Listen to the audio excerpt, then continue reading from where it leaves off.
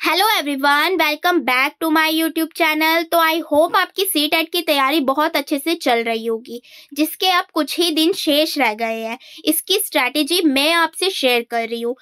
आज की वीडियो आपके लिए बहुत ज़्यादा इम्पोर्टेंट होने वाली है। जिसने अभी तक कुछ नहीं पढ़ा है तो अब आपके पास ओनली 7 डेज बचे हैं।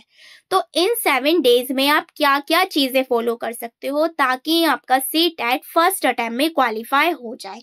तो वही चीज़ मैं आज की वीडियो में डिस्कस करूंगी। तो आप वीडियो को शुरू से लेकर लास्ट तक ज़रूर देखिएगा और चैनल पर नए हैं तो चैनल को सब्सक्राइब ज़रूर कीजिएगा। तो चलिए स्टार्ट करते हैं आज की वीडियो को। How to crack CTET in 7 days. तो आप इसमें क्या क्या चीजें कर सकते हो। तो डे फर्स्ट में आपको क्या करना है, ये सारी चीजें मैंने लिखी हुई है, आपको बस देखना है और पढ़ना है। सबसे पहले आपको क्या करना है, सीडीपी पढ़नी है, क्योंकि सीडीपी का जो होता है सीटेट में बहुत बड़ा रोल होता है। सीडीपी एक ऐसा सब्जेक्ट है जो हमारे ऑल सब्जेक्ट्स में भी हेल्प करता है। जैसे कि आप पियाजे का सिद्धांत ले लीजिए, वो आपको सीडीपी में भी मिल जाएगा और हिंदी में भी मिल जाएगा। कोहलबर्ग का हो गया, वाइगोत्स्की का हो गया। तो ये कुछ ऐसे सिद्धांत है जो आपके दो सब्जेक्ट में हेल्प करते हैं। तो सबसे पहले तो आपको सीडीपी पढ़नी है। पढ़नी कैसे है, मैं दोनों की बात करूंगी, जिन्होंने अभी तक कुछ नहीं पढ़ा है और जिन्होंने पढ़ रखा है। सबसे पहले मैं उनकी बात करूंगी जिन्होंने अभी तक कुछ नहीं पढ़ा है। तो वो क्या कर सकते हैं, कोई भी एक यूट्यूब चैनल उठा लीजिए और एक मैराथन को सुन लीजिए। जैसे कि सीडीपी सब्जेक्ट है तो उससे रिलेटेड आपको बहुत सारी मैराथन मिल जाएंगी। सचिन सर की मिल जाएगी, हिमांशी मैम की मिल जाएगी, रोहित सर की मिल जाएगी, और भी बहुत सारे बड़े बड़े यूट्यूबर्स हैं जिसकी मैराथन्स आपको देखने को मिल जाएगी। तो आपको फर्स्ट डे क्या करना है, सीडीपी पढ़नी है, मैराथन करनी है। अगर पॉसिबल हो तो उसके शॉर्ट नोट्स जरूर बनाइएगा। जिन्होंने अभी तक कुछ नहीं पढ़ा है उनकी बात कर रही हूँ मैं। तो वहां से जो भी आपको कुछ भी इंपॉर्टेंट सा लगे वीडियो सुनने के बाद वो लिखते जाइए, बस उससे आपकी हेल्प हो जाएगी लास्ट डे के दिन। तो इसीलिए प्लीज आप ऐसा करिए, जब आप मैराथन सुने तो शॉर्ट नोट्स जरूर बनाएं। और जिन्होंने पढ़ लिया है वो क्या करेंगे, वो भी एक बार मैराथन को 2 गुना स्पीड पर देख लेंगे। और जितने भी की पॉइंट्स हैं, शॉर्ट नोट्स अगर आपने बना रखे हैं तो अच्छी बात है, उन्हीं के अंदर आप नोट डाउन कर सकते हैं। और अगर आपने नहीं बना रखे हैं तो आप नोट डाउन कर सकते हैं, और अगर आपने बना रखे हैं तो आप उन्हें पढ़ सकते हैं। रिवीज के अलावा आपको क्या करना है, ये तो आपको पढ़नी है, लेकिन कुछ ऐसे सिद्धांत है जिसमें आपके कॉन्सेप्ट्स क्लियर होने चाहिए, क्योंकि इनसे क्वेश्चंस भर भर के आते हैं। कौन कौन से हैं, पियाजे हो गया, वाइगोत्स्की हो गया, कोहलबर्ग हो गया, थ्रोनडाइक हो गया, आल्बर्ट बंडूरा हो गया, एरिक एरिक्सन हो गया, अभिप्रेरणा का सिद्धांत, अधिगम, समावेशी शिक्षा। मैं बोल रही हूँ, इन्हें भी आप लिख लीजिएगा। तो ये कुछ ऐसे इंपॉर्टेंट टॉपिक हैं जो बनते ही, जिनसे क्वेश्चन बनते ही बनते हैं। एक फेवरेट टॉपिक है सीटेट का, लर्निंग डिसेबिलिटी, यानी कि अधिगम अक्षमता। इससे 1-2 क्वेश्चन बनना ही बनना है, इसे तो छोड़िएगा भी मत। और बहुत इजी है, डिसलेक्सिया, डिस्ग्राफिया, ये जो जितने भी चीजें हैं, बस यही चीजें पढ़ने की, कौन सा किससे होता है। डिस्कैलकुलिया गणित से होता है, डिस्ग्राफिया लेखन से होता है। तो बस ये चीजें आपको पढ़नी है।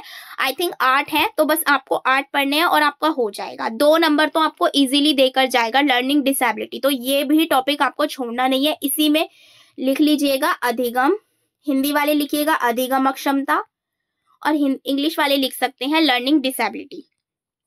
तो फर्स्ट डे ओनली आपको ये काम करना है, मैराथन देखनी है, और जितने भी शॉर्ट नोट्स आप बना सकते हो बनाओ, उनका रिवीजन करो। और जो ये आप कर लोगे ना, उसका आपको रिवीजन भी करना है उसी दिन, मतलब पहले दिन ही आपको। सुबह के टाइम मान लीजिए आपने मैराथन देख ली, रात में आपने रिवीजन कर लिया। मान लीजिए अगर आप रात को पढ़ रहे हैं तो उसका रिवीजन करके ही आपको सोना है। तो ये आपको करना पड़ेगा, क्योंकि अब आपके पास ओनली 7 डेज है।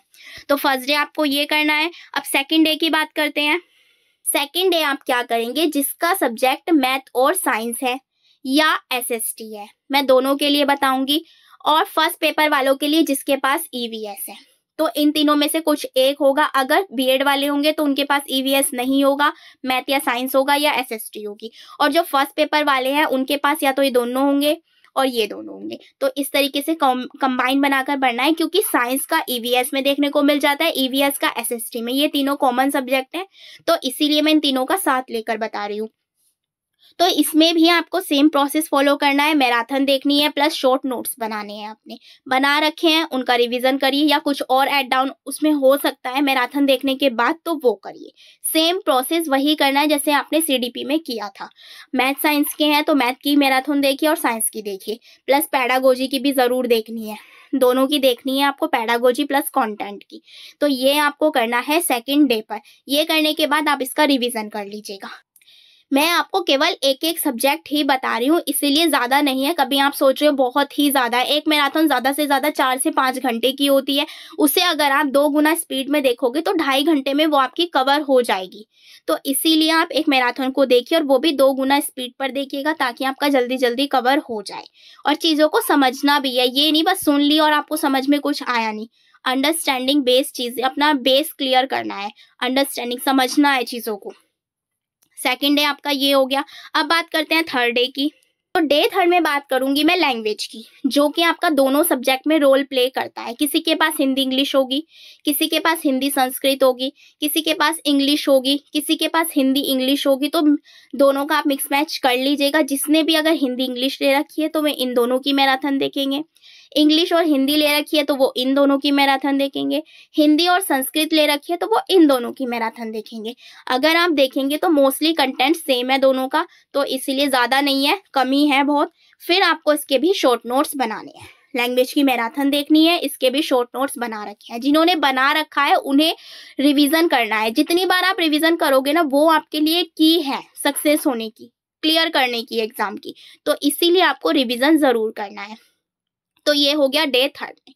डे फर्स्ट मैंने आपको सीडीपी बता दिया, डे सेकंड में मैंने ईवीएस, मैथ, साइंस और एसएसटी की बात की, और डे थर्ड में मैंने आपकी लैंग्वेज की बात की। अब बात करते हैं डे फोर की।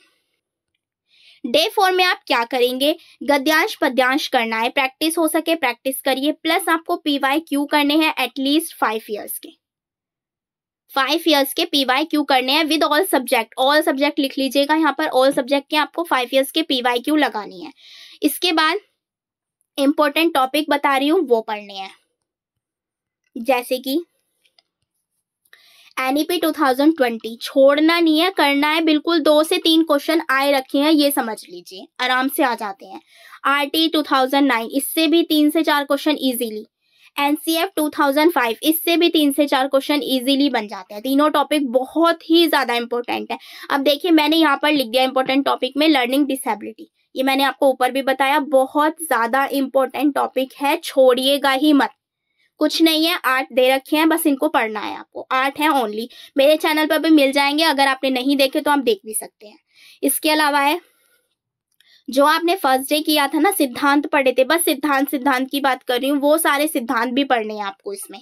इसके अलावा positive and negative tag word, जो कि CTET के लिए एक हथियार है, छोड़ना नहीं है। Positive and negative tag word को सर्च करेंगे यूट्यूब पर, positive and negative tag word CTET के लिए, तो आपको बहुत सारे मिल जाएंगे। ऑल सब्जेक्ट के भी मिल जाएंगे, अलग अलग सब्जेक्ट के देखना चाहते हैं वो भी मिल जाएंगे, और अगर कंबाइन देखना चाहते हैं वो भी मिल जाएंगे। मेरे चैनल पर भी पड़े हुए हैं, अगर शॉर्ट्स में जाकर देखेंगे आप मेरे चैनल पर तो आपको वहां पर मिल जाएंगे, प्लस मेरे टेलीग्राम चैनल पर भी आपको मिल जाएंगे। तो बहुत सारे ऑप्शंस हैं आपके पास, तो आप ये तो बिल्कुल भी मत कहिएगा कि हम पढ़े कहाँ से। इसके बाद शॉर्ट नोट्स पढ़ने हैं, जो भी आपने 3 दिन तक बनाए थे, जो आपने सेल्फ मैराथन से बनाए थे, जैसे कि मैंने लिख दिया है 3 दिन में जो भी आपने नोट्स बनाए हैं वो आपको 4 डे में करने हैं। ये मैं 4 डे की बात कर रही हूँ। इसमें आपको गद्यांश पद्यांश की प्रैक्टिस करनी है, 1-2 घंटा दे लीजिएगा। गद्यांश पद्यांश आपको कैसे मिलेंगे, PYQ से। PYQ को ही लगा लीजिएगा, पहरा पढ़िएगा, क्वेश्चन को छाटिएगा, तो वो उससे क्या होगा, आपका टाइम बचेगा, आपको पता चलेगा किस टाइप के क्वेश्चंस आते हैं, क्या होता है। ये आपका PYQ का ही काम है, कभी आप सोचो एक्स्ट्रा है, ठीक है। इसके बाद इंपॉर्टेंट टॉपिक्स मैंने आपको बता दिए, ये सारे आपको करने ही करने हैं। अब बात करते हैं डे 5 की। डे 5 में भी आप रिवीजन कर सकते हैं, जितना भी आपने ऊपर कंटेंट पढ़ा है उससे रिलेटेड आप जितना भी हो सके आपको रिवीजन करना है। एटलीस्ट 5 ईयर्स के PYQ आपको लगाने हैं, ठीक है। PYQ का आपको रिवीजन करना है एटलीस्ट 5 ईयर्स के, और जितना भी आपने ऊपर पढ़ा है 4 डेज में वो सारा भी आप इसी दिन पढ़ लीजिएगा, 5 डे के दिन। अब मैं बात करने वाली हूँ 6 डे की।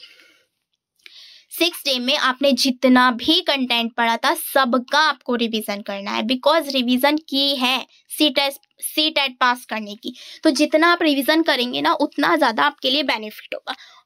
और कोशिश कीजिएगा कुछ भी नया मत पढ़िएगा, जो भी आपने इन 4 डेज में कर लिया है बस उसी का आपको बार बार से रिवीजन करना है। रिवीजन तो आप जितनी बार करोगे ना उतना ज़्यादा आपके लिए बेनिफिट होगा।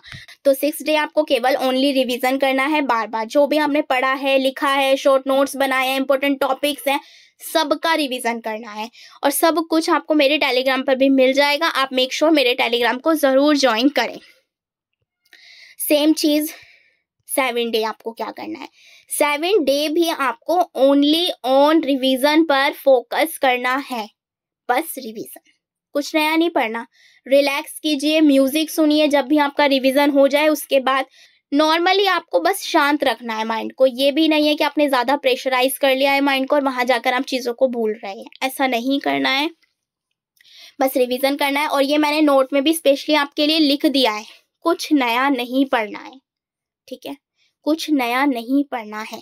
6 डे आप एक चीज़ और भी कर सकते हो, आप प्रैक्टिस सेट लगा सकते हो एक, जिससे आपको पता चल जाए कि मेरी कितनी तैयारी है। ये भी काम आप कर सकते हो 6 और 7 डेज में, जब आपका रिवीजन अच्छे से हो जाए।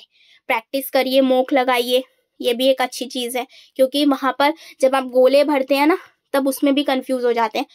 कुछ बच्चे तो ऐसे करते हैं, पूरा पेपर सॉल्व कर लेंगे और बाद में OMR को भरने बैठेंगे। ये गलती तो बिल्कुल भी मत करिएगा।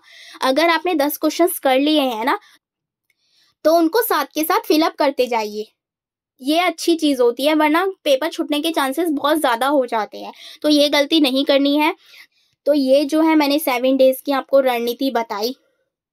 जिन्होंने अभी तक कुछ नहीं पढ़ा है उसके लिए तो ये एक रामबाण है, और जिन्होंने पढ़ लिया है वो रिवीजन करिए, प्रैक्टिस सेट, मॉक टेस्ट लगाइए, तो उसके लिए ये चीज़ें सबसे ज़्यादा हेल्पफुल रहेंगी लास्ट टाइम में। तो ये 7 डेज में आप फॉलो कीजिए जितनी भी चीज़ें मैंने आपको बता दी हैं, और देखिएगा आपका सी टेट फर्स्ट अटैम्प्ट में क्वालिफाई हो जाएगा। जो बच्चे रोते हैं ना कि 1 मार्क्स से रह गया, 2 मार्क्स से रह गया, तो अगर वो ये चीज़ फॉलो करेंगे ना तो उनका आप खुद बताओगे मुझे आकर कि हाँ मैम मेरा ये सी टेट क्वालिफाई हो गया इस स्ट्रैटेजी से। तो ये चीज़ें आप फॉलो कीजिए, अगर फॉलो करोगे ना तो पक्का होएगा सी टेट, 1 मार्क्स से नहीं रुकेगा। जैसे अभी बोल देते हैं अगर आप इतना भी कर लोगे ना तो 90+ मार्क्स कहीं नहीं गए। ज़्यादा आ जाए तो वो बहुत अच्छी बात है, लेकिन 90 तो आपके आएंगे ही आएंगे, क्रैक तो आपका हो ही जाएगा एग्जाम, क्वालिफाइड तो आप कर ही जाओगे। जो भी ये एक मार्क से जैसे कि 89 पर रुक जाते हैं, 81 पर रुक जाते हैं, तो ये बच्चे तो ज़रूर इस चीज़ को फॉलो करें, बहुत ज़्यादा हेल्प हो जाएगी। कोशिश कीजिएगा इन चीज़ों को फॉलो करने की। मेरे टेलीग्राम ग्रुप को भी ज़रूर ज्वाइन कीजिए, वहाँ पर आपको बहुत सारी चीज़ें फ्री में अवेलेबल करवाई हुई हैं, तो वो चीज़ पढ़िए आप, अगर कुछ आपके पास नहीं है तो ये चीज़ आप कर सकते हैं। अगर वीडियो हेल्पफुल लगी हो तो प्लीज़ वीडियो को ज़्यादा से ज़्यादा अपने फ्रेंड्स के साथ शेयर कीजिए, लाइक कीजिए, कमेंट कीजिए। Thank you.